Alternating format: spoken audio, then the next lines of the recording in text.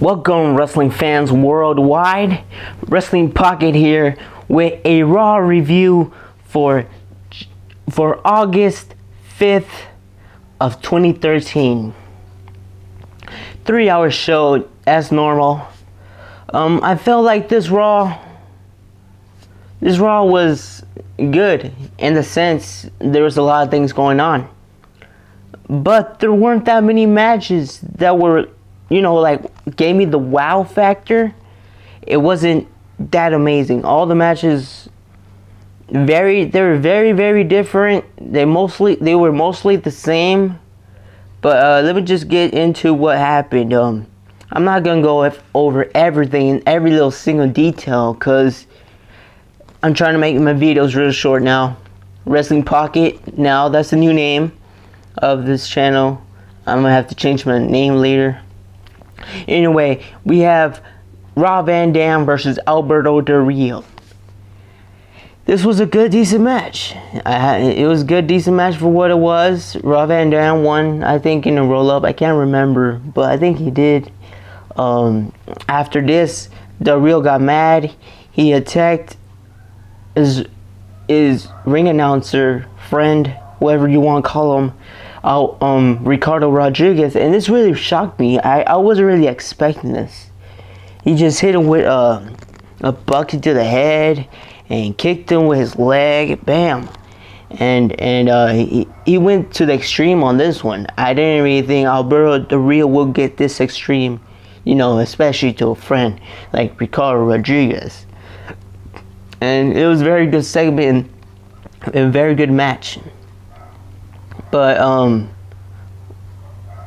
wait. Oh, before this happened, that was the first match of the night. But what opened up Monday Night Raw was a segment with Daniel Bryan, Vince McMahon, heel. It was a heel Mr. McMahon. This was a good, very, very good segment. And they wanted to corporize Daniel Bryan and make him, cut off his beard, and they wanted to do that. He put him in the chair, got Wwe Raw, came down, gonna trim his beard or shave it off, and Bryan tricked Wwe Raw in some kind of way, I can't remember, and shaved one side of Wwe Raw's beard, and it was pretty hilarious, pretty good segment. This was like a Stone Cold and Vince McMahon promo. So very, very good. Kudos to WWE. Very, very good WWE way to kick off Monday Night Raw with this excellent promo. And then after that was RVD and the real match, which I already discussed. And what happened after that, you already know. I already told you. Ryback versus Mark Henry. This match was count out, no finisher. It was kind of stupid. Mark Henry won. I'm not really gonna talk about it. I didn't really care. Tons of Funk versus the White Family, and this isn't their first match. Their first match was on SmackDown. I'm surprised not that many people watch SmackDown when it is a better show overall than Raw most of the time. And winners was the White Family. It wasn't really impressive.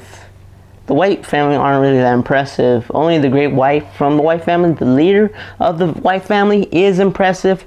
And I'm gonna give you 5 reasons why the White Family sucks and one of the worst teams of today, of groups of wrestlers today. But that's for another video, so stay tuned. You might want to subscribe so you'll see that video when I upload it later this week, if not early next week.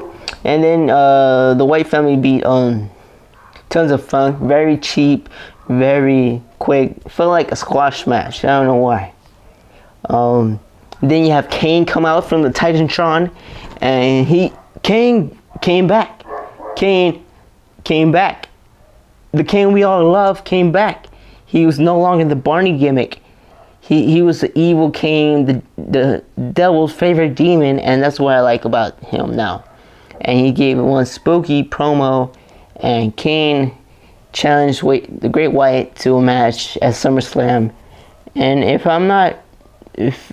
I'm not correct, I think he said an Inferno match, because he said you and me would fire all around the ring, and there'll be no place for you to escape. And I really, really hope WWE does this, an Inferno match. How long has it been since we've seen an Inferno match? I think the since WWF era. But I doubt that we're going to see another Inferno match. But if it is, I'm crossing my fingers. I hope WWE does this. It would just be mind-blowing. And take PG to the next level. Make it actually really, really good for us adults to want to watch watch WWE. Then next we had Kayla and Layla. Pretty decent match. Layla won because of AJ distraction. So Layla and AJ won as a team, I guess. Nothing really there. Nothing real good. Christian versus Heath Slater. I didn't watch this match, so I can't tell you how this match went down. But I can tell you who won because I saw the match. I saw the ending. It was Christian. And I guess he's building momentum for SummerSlam, which I don't think he deserves at all against Del Rio. And I'm gonna tell you why in another video. So you might want to subscribe for that too. CM Punk versus Curtis Axel. This match was decent match. I wouldn't say good because for a good match, I believe Curtis Axel needs to be a good opponent, fight back very good against CM Punk, and we didn't really get that. I mean, sure, he knocked him down on the floor, but he was never at one point, giving us a really, really good show, Curtis Axel. And was this a no finish? No contest too, because I can't remember what happened, but Punk tried to get Heyman. Something happened between